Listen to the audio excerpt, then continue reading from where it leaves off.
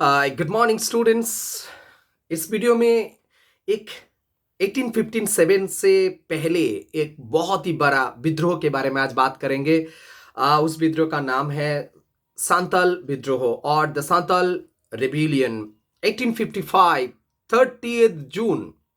भागनाडीह की मैदान में 10,000 लोगों के इकट्ठा होने के साथ साथ विद्रोह घोषणा किए थे महाजन, ब्रिटिश पुलिस और जो नीलकर साहेब थे, मतलब इंडिगो लैंडलॉर्ड्स, इनके खिलाफ। ये विद्रोह किसने किए थे, कब किए थे, मैंने बता दिए।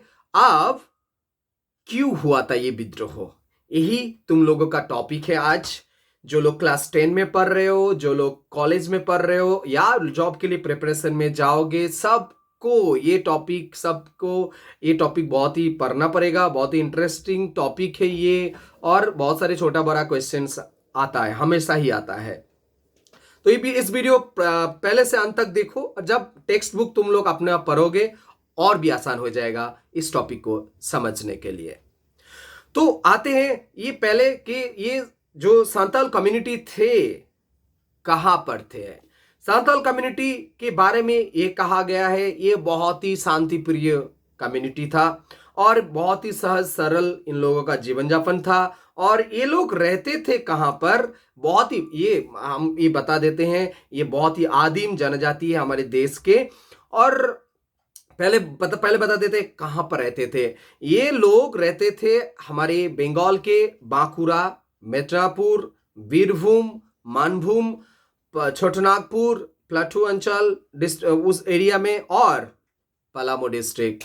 यहाँ पर इन लोगों का आदिम जो अर्लीस्ट जो एरिया यहाँ पर था। ये लोग क्या करते थे, ये लोग जंगल को काट के, गंभीर जंगल में रहते थे और जंगल को काट के अपना थोड़ा बहुत जो भी अनकल्टिवेटेड लैंड को कल्टिवेटेड लैंड बनाते थे, और जो थोड़ा बहुत खेती बाड़ी करते थे, गोचारण करते थे, और उसी से इन लोगों का गुजारा चल रहा था। बहुत ही शांति से जीवन यापन चलाते थे। हमारे बंगाल, बिहार और उड़ीसा में जब परमानेंट सेटलमेंट एक्ट लागू हुआ, इन लोगों के ऊपर भी लागू हो गया। फिर उसके बाद क्या हुआ, जो भी इजारादार लैंडलॉर्ड्स हैं वहां पर टैक्स लगा दिए, और उसके चलते वो लोग टैक्स नहीं दे पाए, बहुत सारे लोगों का जमीन छीन लिया गया, उधर से शिफ्ट हो गए।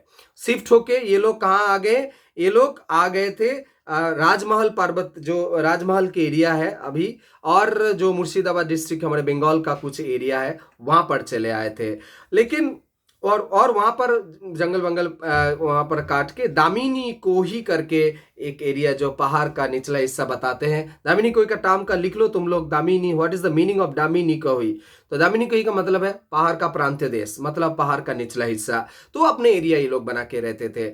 और इन लोगों का जो टोटल एरिया के बारे में बता देते हैं, 1366 स्क्वायर, और ये वर्ग माइल जिसको हम लोग बोलते हैं। तो ये एरिया है। और इन लोगों का टोटल जो जनसंख्याएं हैं इसके बारे में ये बताते हैं कि 82,715, और इनका जो टोटल गांव है 1,437 गांव कुल मिला के यहाँ पर था।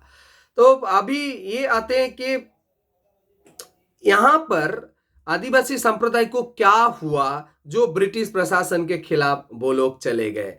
पहला कारण, एक एक करके हम कारण बताते हैं, छोटा छोटा करके बताएंगे, यही तुम लोगों का एग्जाम में लिखना है कि आदिवासी विद्रोह का कारण क्या था 1855 का। पहला कारण जिसको हम लोग बोले, हम तुम लोगों के सामने बोलेंगे कि हमने पहले बताया आदिवासी जो संप्रदाय थे बहुत ही परिश्रम करते थे और सादा सीधा था, और अपने खेती बाड़ी करते थे, और उस एरिया में थोड़ा गोचारण भूमि करते थे। तो बस वही इसी इन लोगों का जीवन चल रहा था।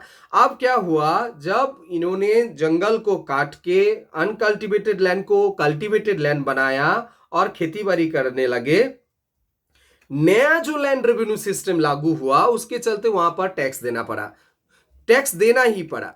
तो टैक्स ठीक है, टैक्स तो देना चाह रहे हैं, देना ही पड़ेगा। लेकिन टैक्स सिर्फ क्या हुआ, दिन ब दिन वो टैक्स बढ़ता गया। जो लैंडलॉर्ड्स, इजारादार हैं, वो टैक्स बढ़ाते गए। और ऐसा हिसाब में पाया जाता है जो 18 साल में 10 गुना टैक्स बढ़ा था। और इसके चलते बहुत सारे क्या हुआ, टैक्स ना देने के कारण बहुत सारे लोग उधर से भाग गए, चले गए, और बहुत सारे इजारादार जमींदार लोग थे विदेशी, सब उनका जमीन को हड़प लिए। बस ये आदिवासी संप्रदाय को बहुत ही खराब लगा, उन लोगों में असंतुष्टि पैदा हो गया। दूसरा कारण, केवल मात्र टैक्स लेना ही नहीं, मतलब जो टैक्स था वो तो टैक्स दे ही रहे थे, जो बहुत ही ऊंचे दर में टैक्स लिया जा रहा था, टैक्स के साथ साथ और भी एक्स्ट्रा सेस लिया जा रहा था इजारादार और भी जो लोकल लेवल में टैक्स कलेक्ट कर रहे थे। तो ये भी असंतोष का दूसरा कारण माना जाता है। तीसरा कारण ये है कि नया जो लैंड रेवेन्यू सिस्टम्स का टैक्स सिस्टम ये बताया गया कि वहां पर कैश में टैक्स देना है, मतलब आप क्रॉप्स में नहीं दे सकते। और इसके चलते क्या हुआ, ये लोग अपना फसल जो है वो महाजन के पास चले गए बिक्री करने, क्योंकि उन लोगों को नगद में पैसे का टैक्स भरना है। तो क्या हुआ, और ऐसा भी टाइम बहुत सारे देखा गया कि महाजन लोग जो हैं वो बहुत पैसे बहुत ही ब्याज में, ज्यादा ब्याज में लोग पैसे उधार देते थे महाजन लोग आदिवासी संप्रदाय को। और ये जो ब्याज बढ़ते बढ़ते बढ़ते बढ़ते इतने ऊपर चले जाते थे, ऐसा माना गया है 50 से लेके 500% तक ये ब्याज जो है ना वो बढ़ जाता था, और ये कभी खत्म नहीं होता था। आदिवासी लोग बोलते थे क्या कि इस बार आप पैसा दे दीजिए, और अगली बार जब फसल हम लोग काटेंगे उसके बाद दे देंगे पैसे, लेकिन ये कभी भी खत्म ही नहीं होता। ऐसा माना जाता है कि 1856 में एक कैलकाटा रिव्यू करके एक पेपर आया था, उसमें एक डॉक्यूमेंट्स आया कि फसल कटने के बाद जब ये लोग पैसे देने जाते थे, ऐसा क्या होता था कि कभी खत्म ही नहीं होता था, जो असल पैसे लिए ना वो कभी खत्म ही नहीं होता था। तो ये एक रिपोर्ट में आया था। अब वो उस जमाने में ऐसा कहा जाता है कि एक बार अगर किसी ने महाजन संप्रदाय से पैसे उधार ले लिए, वो सारा जीवन उसका निकल जाता था।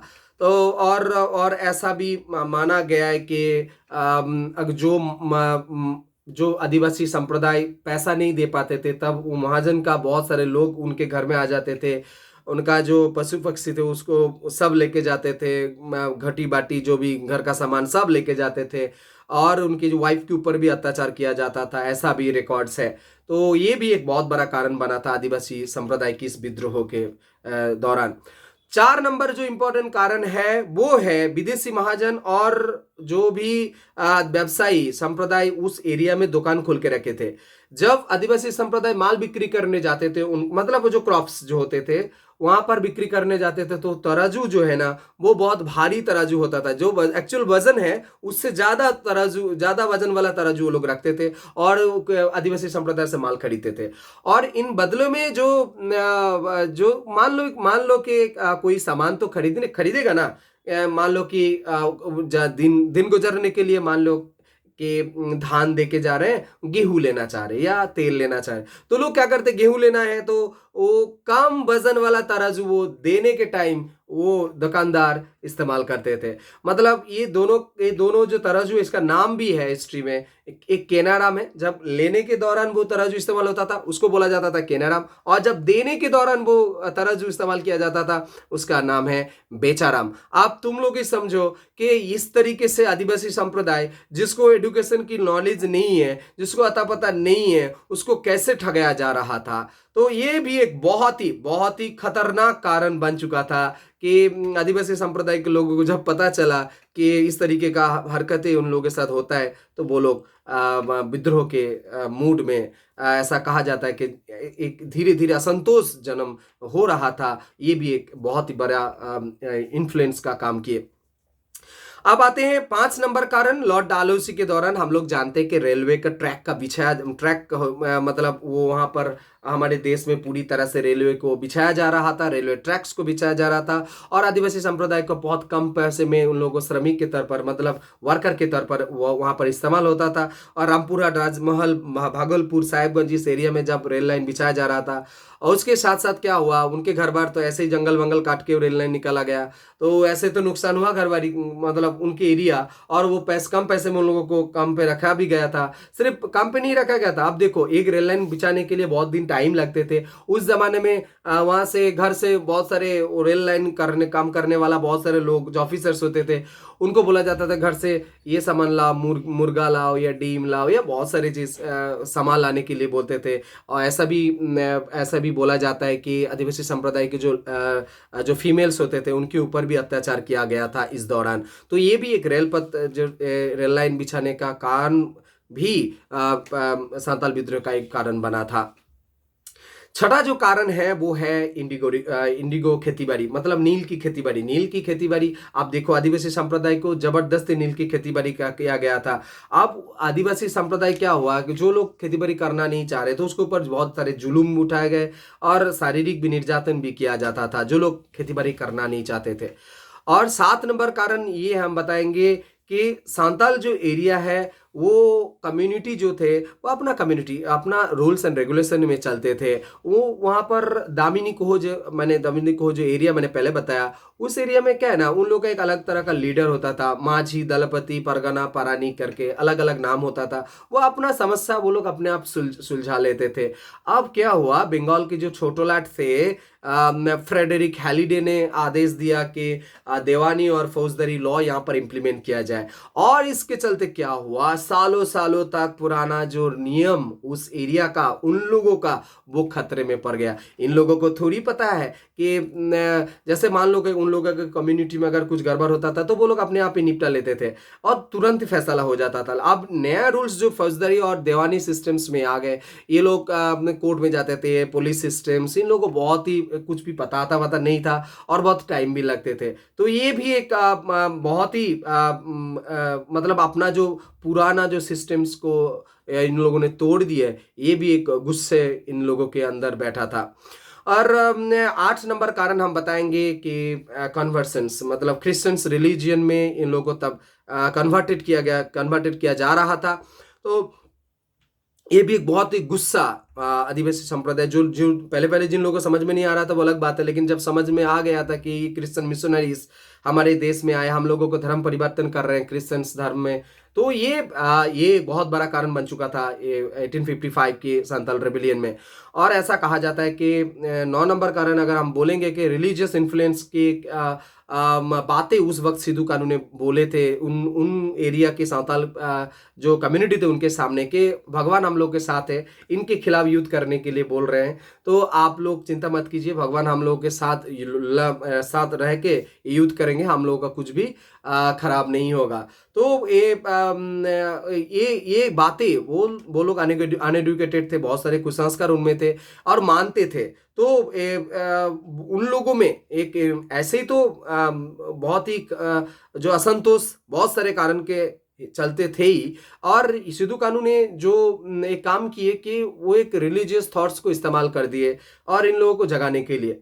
तो ये भी एक कारण माना जाता है कि उस 1855 के संथाल रेबिलियन में। अब क्या हुआ, 1855 के 13 जून भगनाडीह के मैदान में 10,000 लोग इकट्ठा हुए। हम लोग देखते हैं कि 7 जुलाई, पहले जो डेट ऐसा कहा जाता है कि 7 पहले वो लोग इकट्ठा हुए और उन लोगों का स्लोगन ये था कि एक independent Santhal area, Santhal state हम लोगों को बनाना है जहां पर हम लोगों का रूल्स रेगुलेशन रहेगा। अब ये लोग ये बोल रहे हैं कि जो टैक्स, एक्स्ट्रा टैक्स हम लोग नहीं देंगे और एक्स्ट्रा सेस जो भी कुछ भी लिया जा रहा था वो नहीं लेंगे। और ऐसा कहा जाता है कि 7 जुलाई पहली बार इन्होंने विद्रोह में हाथापाई में आ गया। हाथापाई मतलब डायरेक्टली इन्होंने आक्रमण किए। ऐसा कहा जाता है कि उस वहाँ का कुख्यात जमींदार थे केनाराम भगत, और दीघी थाना का, वहाँ पर दीघी थाना का जो दरोगा थे, उनका नाम है महेश दलाल दत्त, उनको खून कर दिए, मतलब हत्या कर दिए। इसके बाद वो आस पास के एरिया में पूरी तरह से भड़क गया। धीरे धीरे, क्योंकि लोगों को तो समझ में आ रहा है कि बहुत सारे कारण एक साथ हो रहा था। अब देखो अब क्या हुआ, आदिवासी संप्रदाय सिर्फ नहीं, वहां पर कामार, कुमोर, तांती जो थे, बहुत सारे आसपास के जो वर्किंग क्लास थे, अदर कम्युनिटी से, वो भी इन विद्रोह में शामिल होने लगे। धीरे धीरे आसपास में ये विद्रोह फैलने लगा। और स्पेशली इन लोगों का अटैक ये था महाजन संप्रदाय के घर और पुलिस थाना, और ये नीलकुटी साहिब जो थे, तो इन लोगों के ऊपर इन लोगों का आक्रमण चल रहा था, आग लगा दिया जा रहा था। और ऐसा माना जाता है कि सिर्फ सिद्धू कानू नहीं, बहुत सारे लीडर का नाम हम लोग पाते हैं। चांद भैरव करके दो भाई थे, वीर सिंह, कालो प्रामाणिक, डोमन माझी करके भी लीडर्स का नाम हम लोगों को पता है। तो पहले 10,000 ने शुरू किए, फिर 50,000 के लोगों के आसपास चालू हो गया। ये यहाँ पर ऐसा माना जाता है कि भागलपुर से मुंगेर तक पूरा एरिया इन लोगों का कार्यकलाप शुरू हुआ, और जगह जगह पर 10,000 करके टुकड़ी टुकड़ी बना बना के ये लोग आंदोलन करने लगे थे। रेलवे लाइन को ठप कर दिया गया था, और डाक विभाग को भी ठप कर दिया गया था। मतलब एक तरह से एक बहुत ही बड़ा विद्रोह ये आदिवासी संप्रदाय के द्वारा शुरू हो चुका था। ऐसा माना जाता है कि 1 साल के बाद ये विद्रोह दमन कर दिया गया, क्योंकि ब्रिटिश पुलिस के खिलाफ इन लोगों का नहीं चला। 1856 फरवरी के महीने में इस विद्रोह को दमन किया गया।